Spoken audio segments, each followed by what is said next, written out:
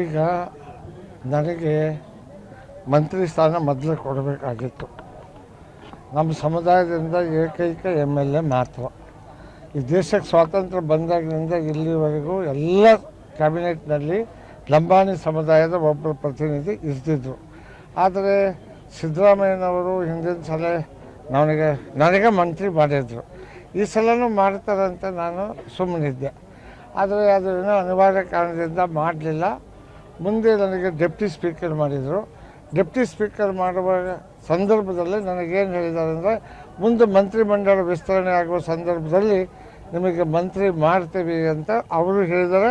ಈಗಿನ ಮುಖ್ಯಮಂತ್ರಿಗಳಂತ DK ಶಿವಕುಮಾರ್ ಅವರು ಹೌಸಿನಲ್ಲಿ ನನಗೆ ಪ್ರಮಾಣ ವಚನ ಕೊಡುವ ಸಂದರ್ಭದಲ್ಲಿ ಇಲ್ಲ, ಅವರು ಡೆಪ್ಟಿ ಸ್ಪೀಕರ್ ಆಗೋಕ್ಕೆ ಮನಸ್ಸಿರಲಿಲ್ಲ, ನಾವು ಒತ್ತಡದಿಂದ ಅವರಿಗೆ ಡೆಪ್ಟಿ ಸ್ಪೀಕರ್ ಮಾಡಿದ್ದೀವಿ, ಮುಂದಿನ ದಿನಗಳಲ್ಲಿ ಅವರಿಗೆ ನಾವು ಮಂತ್ರಿ ಸ್ಥಾನ ಕೊಡ್ತೀವಿ ಅನ್ನೋ ಮಾತನ್ನು ಹೌಸ್ನಲ್ಲಿ ಹೇಳಿದ್ದಾರೆ.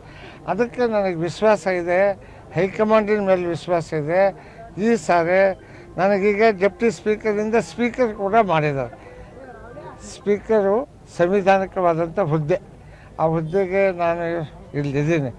ಆದ್ದರಿಂದ ನಮ್ಮ ಹೈಕಮಾಂಡಿನವರು ತೀರ್ಮಾನ ತೆಗೆದುಕೊಂಡು ಈ ಒಂದು ಹಿಂದುಳಿದ ಸಮುದಾಯಕ್ಕೆ ಮಂತ್ರಿ ಮಾಡಿಲ್ಲ, ಮಂತ್ರಿ ಮಾಡಬೇಕು ಅನ್ನುವ ಅಭಿಲಾಷೆಯನ್ನು ಎಲ್ಲ ಸಮುದಾಯದ ನಮ್ಮ ಸಮುದಾಯದವರು, ಎಲ್ಲ ಪಕ್ಷದವರು, ಅವರೆಲ್ಲರೂ ಕೂಡ ಏನು ಒಂದು ಕೂಗಿದೆ, ನಮ್ಮ ಸಮುದಾಯಕ್ಕೆ ಈ ಸರ್ಕಾರದಲ್ಲಿ ಮಂತ್ರಿ ಮಾಡಿಲ್ಲ. ಇದನ್ನು ನಾನು ಹೇಳ್ತಾ ಇಲ್ಲ, BJPಯವರು ಹೇಳ್ತಾರೆ. ಈಗ ಬಂದಿರತಕ್ಕಂಥ ನಮ್ಮ ಮಾಜಿ ಸಂಸದರಾದಂಥ ಉಮೇಶ್ ಜಾಧವ್ ಅವರು ಕೂಡ ಈಗ ಹೇಳಿದರು, ನಮ್ಮ ಸಮುದಾಯಕ್ಕೆ ಕೊಟ್ಟಿಲ್ಲ ಅನ್ನೋ ಮಾತನ್ನು ಹೇಳ್ತಿದ್ದಾರೆ. ಅದು ನಮ್ಮ ಹೈಕಮಾಂಡಿನವರ ತೀರ್ಮಾನ ಅಂತಿಮ. ನಾನು ಹೈಕಮಾಂಡ್ನವ್ರ ವಿರುದ್ಧ ಮಾತಾಡಲ್ಲ. ಹೈಕಮಾಂಡು ಏನು ತೀರ್ಮಾನ ಕೊಡ್ತದೆ ಅದಕ್ಕೆ ನಾವು ಒಪ್ತೀವಿ, ಮಾಡ್ತಾರಂತ ಭರವಸೆ ನನಗೆ 100% ಇದೆ. ಸರ್, ಈಗೆಲ್ಲ ಸಚಿವ ಆಕಾಂಕ್ಷಿ ಶಾಸಕರೆಲ್ಲ ದೆಹಲಿಗೆ ಹೋಗಿದ್ದಾರೆ, ತಾವೇನಾದರೂ ಹೋಗ್ತಾ ಇದ್ರೆ? ನಾನು ಡೆಲ್ಲಿಗೆ ಹೋಗೋದಿಲ್ಲ. ನಾವು ನುಡಿದಂತೆ ನಡೆಯುವ ಸರ್ಕಾರ ಅಂತ ನಮ್ಮ ಸಿದ್ದರಾಮಯ್ಯನವರು ಹೇಳಿದ್ದಾರೆ, ನುಡಿದಂತೆ ನಡೆದಿದ್ದಾರೆ.